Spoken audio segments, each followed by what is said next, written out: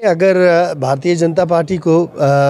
हमारा फेलियर नज़र आता है तो उनको तो खुश होना चाहिए, है ना,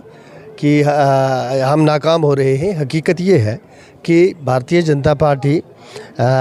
यहाँ पिछले 10 साल से हुकूमत में है। 2015 से 2025 तक, जब तक उमर अब्दुल्ला साहब की हुकूमत यहाँ कायम नहीं हुई, भारतीय जनता पार्टी की यहाँ हुकूमत रही है। पहले बराह रास्त जमहूरी तरीके से, फिर उसके बाद गवर्नर साहब के ज़रिए से।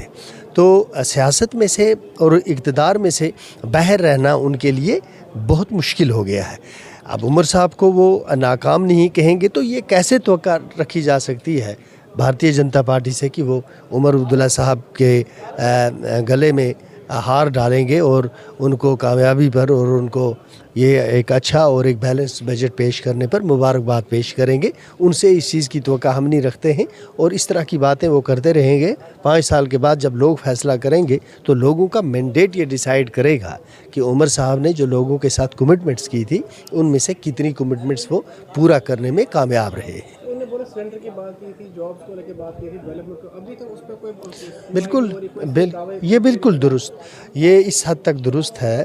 कि ये हमारे मैनिफेस्टो का हिस्सा है और इस हद तक भी ये दुरुस्त है कि अभी तक ये कुछ चीज़ों को इस बजट में जगह नहीं मिली है और उसकी वजह यह है कि जो हमारे वसाइल हैं वो इतने महदूद हैं कि पहले ही बजट में हम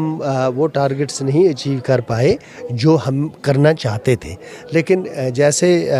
ये हम आगे बढ़ेंगे और जो पिछली लायबिलिटीज़ हैं वो क्लियर होती जाएंगी, हमारी टूरिज़म में इजाफ़ा होगा, हमारे पावर सेक्टर में जो हमारे लॉसेस हैं उनमें कमी होगी, हमारे जो मरकज़ की मदद पर हमारा इन्हिसार है उसमें इजाफ़ा होगा। तो हम रियासत की बहाली के साथ ही जो हमें एक लेवरेज मिलेगा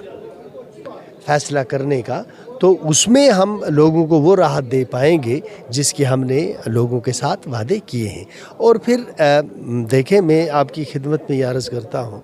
कि सबसे ज़्यादा फ़िक्रमंद तो नेशनल कॉन्फ्रेंस होगी और नेशनल कॉन्फ्रेंस में सबसे ज़्यादा फ़िक्रमंद उमर अब्दुल्ला साहब होंगे कि जो इलेक्शन का उनका मैनिफेस्टो है उसको किस तरह से अचीव किया जाए। आप पढ़े लिखे लोग हैं, आपको ये मालूम है कि जब कोई वादा करता है और इतने बड़े प्लेटफार्म पे करता है और फिर वो वज़ीर आला भी बन जाता है तो उससे ज़्यादा किसको इस ज़िम्मेदारी का एहसास होगा कि न सिर्फ ये कि उन्होंने लोगों के सामने जवाबदेह होना है बल्कि